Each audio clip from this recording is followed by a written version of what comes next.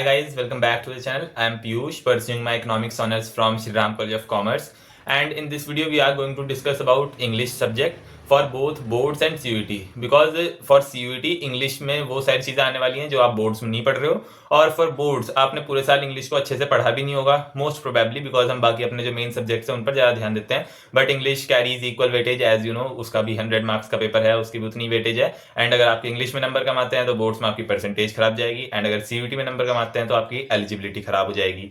So English is a very important subject, and इसलिए हम इस वीडियो में इसको अच्छे से डिटेल में कवर करेंगे फिर से, because this is a part 2. Part 1 मैंने बना दिया था, and I have scored 94 marks in my class 12th board examinations and 99.96 percentile, which is equal to around 232 marks in CUET. So I have cracked it. So let's get started.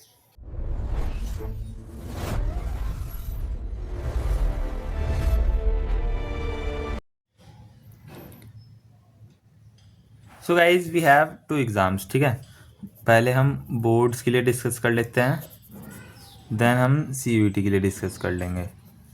So guys boards की बात करें तो आपके पास 2 book हैं, flamingo विस्टस, and इसके साथ आपका आएगा रीडिंग कॉम्प्रिहेंशन, है ना, और आपका आएगा जो राइटिंग वाला सेक्शन है.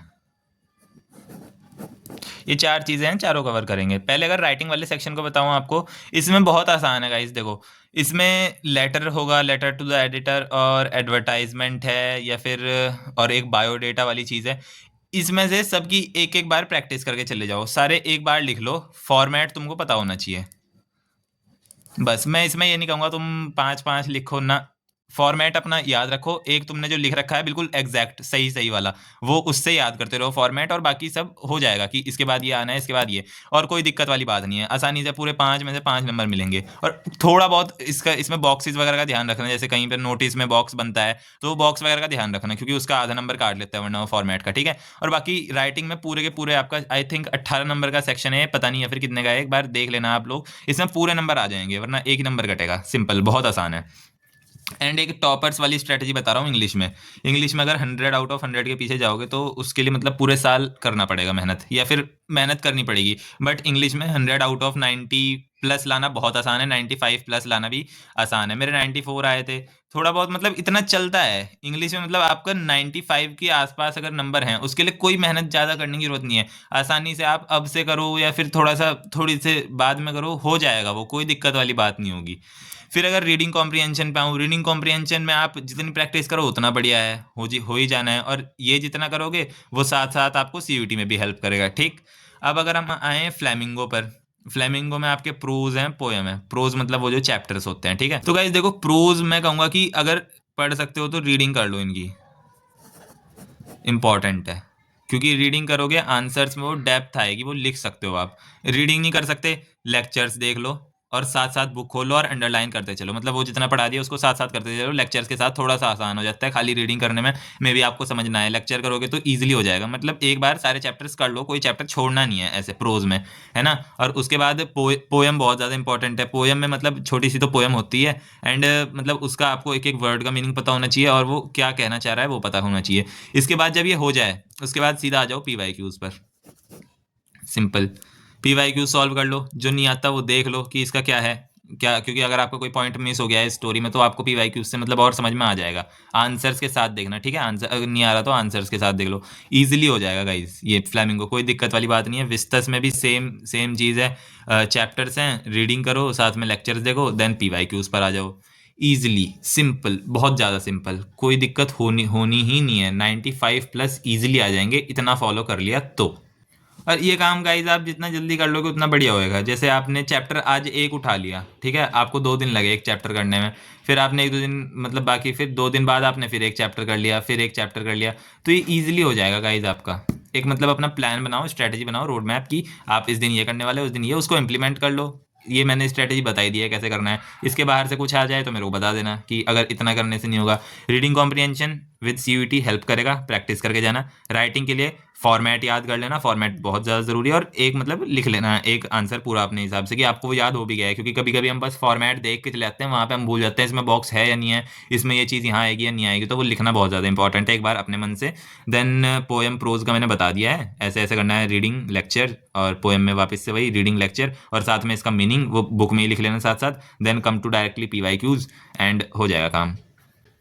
एंड अगर एक बात बताऊं आपको फिर इसमें मॉक्स का क्या रोल है, तो मॉक इसमें आप दे सकते हो, मान लो 5 आपने CBSE वाले पेपर दे दिए, तो और मतलब इतना अगर आपकी स्पीड ठीक है तो आप फिर मॉक्स लिखना रहने दो, एक काम करो आप, क्योंकि वही चीज़ आपको बार बार वो लिखवाया जाएगा, जैसे आपको राइटिंग सेक्शन में वो है, फिर रीडिंग कॉम्प्रिहेंशन है, वो तो आप जितना सॉल्व करो वो चीज़ है, बट मॉक्स में जो आपके ये फ्लेमिंग और विस्टस के क्वेश्चंस हैं, जो एक बार उन्हें देख लेना क्वेश्चंस को, उनमें आपको पता होगा कि आपको ये पता है, ये चीज़ का स्टोरी में है, आपको पता होगा कि हाँ ये है, आप इसको लिख दोगे लिख दोगे। अगर आपको कुछ ऐसी चीज़ दिख रही है, बिल्कुल नई सी चीज़ है, आपने पढ़ा नहीं है, देन उसको नोट डाउन करो, उसको कहीं पे डालो, ChatGPT परप्लेक्सिटी पर उसका आंसर निकालो and do it.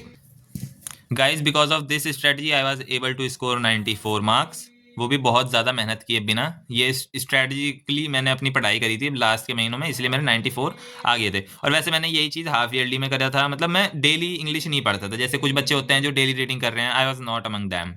Half yearly मेरा बढ़िया गया, रीडिंग यूनिट टेस्ट अच्छे गए, एंड मेरे प्री बोर्ड्स फाइनल बोर्ड्स सब बढ़िया गए। Guys then comes the major part of CUET। अगर हम CUET की बात करें, इसमें आपके पास जो चीज़ें हैं, vocab, RC, rearrangement, grammar. Rearrangement अलग से लिखा है मैंने, इससे आप ये समझ सकते हो कि इसकी कितनी इंपॉर्टेंस है। इसके मेरे पेपर में 8 से शायद 8 या 10 क्वेश्चन थे इस रीअरेंजमेंट से, और ये पिछले साल सभी के पेपर में इतने इतने क्वेश्चन थे, तो रीअरेंजमेंट बिकम्स वेरी इंपॉर्टेंट। ये कुछ क्वेश्चन ईजी भी होंगे, कुछ हार्ड भी होंगे, तो रीअरेंजमेंट अगर मैं आपको बताऊं तो आपको ये केवल होगा प्रैक्टिस से, प्लस साथ में आपको कुछ पढ़ने पड़ेंगे रूल्स की, एडजेक्टिव पहले आता है या एडवर्ब आता है या नाउन के आगे ये लग रखा है, मतलब आपको एलिमिनेट करने के लिए रूल्स पता होने चाहिए। आप सारे क्वेश्चंस, कुछ क्वेश्चंस तो ऐसे होते हैं इजी जो आप केवल पढ़ के मतलब आपको समझ आता है कि ये वाला ऑप्शन तो अजीब सा लग रहा है, क्योंकि वहाँ पे ऑप्शन भी दिए रहेंगे जैसे ABCED, तो आप उसको मैच करोगे सेंटेंस में कि क्या ये ठीक लग रहा है आपको। बट कभी कभी सारे ही ऑप्शंस इतने कंफ्यूजिंग होते हैं, उनमें आपको रूल्स की जरूरत पड़ेगी, बिना रूल्स के वाले क्वेश्चन नहीं होंगे, और जो ईजी हैं वो तो आप बस मतलब रीड करोगे आपको एकदम समझ में आ जाएंगे, ठीक है। तो रीअरेंजमेंट ऐसा है।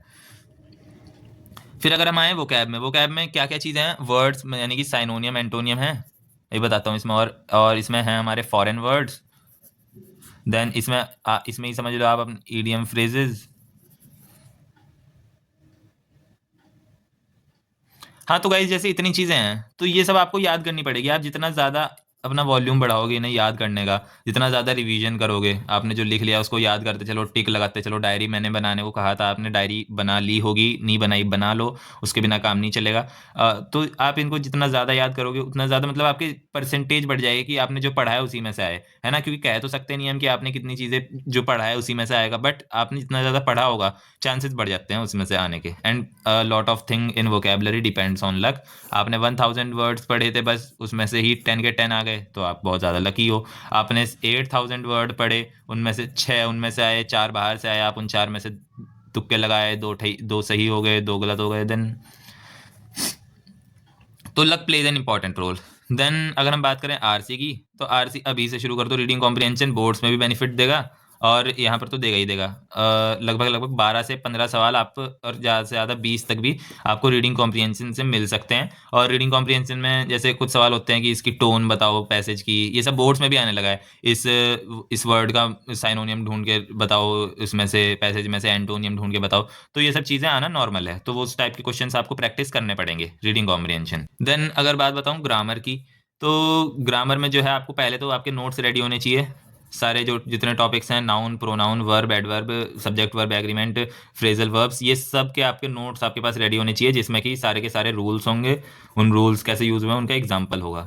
ये मतलब ये चीज़ नॉन नेगोशिएबल है, ये चीज़ आपको करनी ही करनी है, इसके बिना काम नहीं चलेगा। नोट्स देन उसमें रूल्स, ठीक है।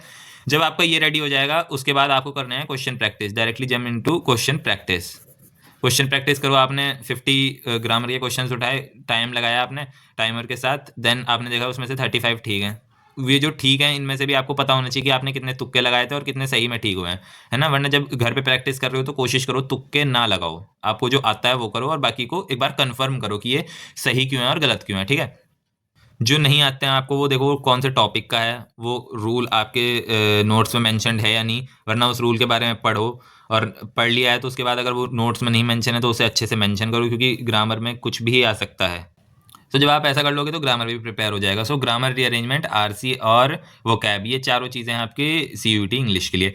अगर आप बोर्ड्स की तैयारी कर रहे हो तो भी आपको इस पर ज़्यादा ध्यान देना है, ठीक है, क्योंकि ये इनडायरेक्टली आपको हेल्प यहाँ पर करेगा। और अगर आप ड्रॉपर हो, क्योंकि ड्रॉपर्स भी मेरे चैनल पर बहुत सारे बच्चे हैं जो मेरी ऑडियंस है, तो अगर आप ड्रॉपर हो तो आपको अभी से ये चीज़ फॉलो करने लग जाओ, जितने ज़्यादा मॉक्स दे सकते हो। वैसे इंग्लिश के पेपर में आपको टाइम की दिक्कत नहीं आएगी, इतना मेरे को लगता है। अगर आपकी रीडिंग स्पीड अच्छी है, क्योंकि टाइम कहाँ चाहिए आपको सबसे ज़्यादा इसमें, रीडिंग कॉम्प्रिहेंशन में, तो यहाँ पर आप अपनी रीडिंग स्पीड अच्छी कर लो, टाइम की दिक्कत नहीं आएगी। वोकैब कहाँ से पढ़ें, ये एक बहुत ज़्यादा इंपॉर्टेंट सवाल है। तो सबसे पहले तो जो प्रीवियस ईयर में क्वेश्चंस आ रखे हैं उनमें से करो। देन यूट्यूब पर बहुत सारे टीचर्स लेक्चर्स लेते हैं, उनमें से कर लो, क्योंकि वो जो पढ़ा रहे हैं वो वर्ड्स की आने की प्रोबेबिलिटी ज़्यादा है अगर आप रैंडमली कहीं से पढ़ो। रीडिंग स्पीड अच्छी करनी है तो आप फिर वो न्यूज़पेपर से कर सकते हो, या प्रीवियस ईयर में जो क्या बोलते हैं क्वेश्चंस आए हैं PYQs रीडिंग कॉम्प्रिहेंशन के, वहाँ से कर सकते हो। बता दिया, नोट्स एंड प्रैक्टिस ग्रामर में इतने से ही होगा और कुछ नहीं। एंड देन फिर अगर रीअरेंजमेंट में है, इसमें प्रैक्टिस करनी पड़ेगी, बहुत ज़्यादा rules. This was the complete detailed video for boards and CUET both. आप ये अभी से फॉलो करना शुरू करोगे तो आपको इसका कंपाउंडिंग इफेक्ट दिखेगा, आपके नंबर बहुत बढ़िया आएंगे। जितना ज़्यादा लेट करते जाओगे आगे, मतलब और भी मैं वीडियो तो बनाऊंगा ही, बट उसमें फिर आप ये चीज़ें उतने अच्छे से इंप्लीमेंट नहीं कर पाओगे। तो ये चीज़ का आपको ध्यान रखना है, जितने जल्दी कर सको करो इसे। एंड अगर अब भी कोई डाउट है तो मेरे से पूछो, मैं फिर से, मेरे को वीडियो बनाने में कोई बात नहीं है, बट आप अपना डाउट क्लियरली लिखा करो। बस ऐसा मतलब वेग तरीके से मत लिखो कि ये मेरे को समझ नहीं आ रहा, पूरे का पूरा सब्जेक्ट में आप लिख रहे हो मेरे को मैथ समझ नहीं आ रही है, तो भाई कुछ स्पेसिफिक अपना डाउट लिखो, उस पर मैं अच्छे से वीडियो बना पाऊँ। So guys, let's meet tomorrow in some another video. और अगर ये वीडियो शेयर जरूर कर देना उनको जिनको इंग्लिश स्ट्रेटजी की सबसे ज़्यादा ज़रूरत है। अगर आपको वीडियो से वैल्यू मिली है तो प्लीज़ वीडियो को लाइक करना एंड चैनल को सब्सक्राइब करना, एंड कमेंट कर देना अगर कोई डाउट है तो। And let's meet tomorrow, till then जय हिंद।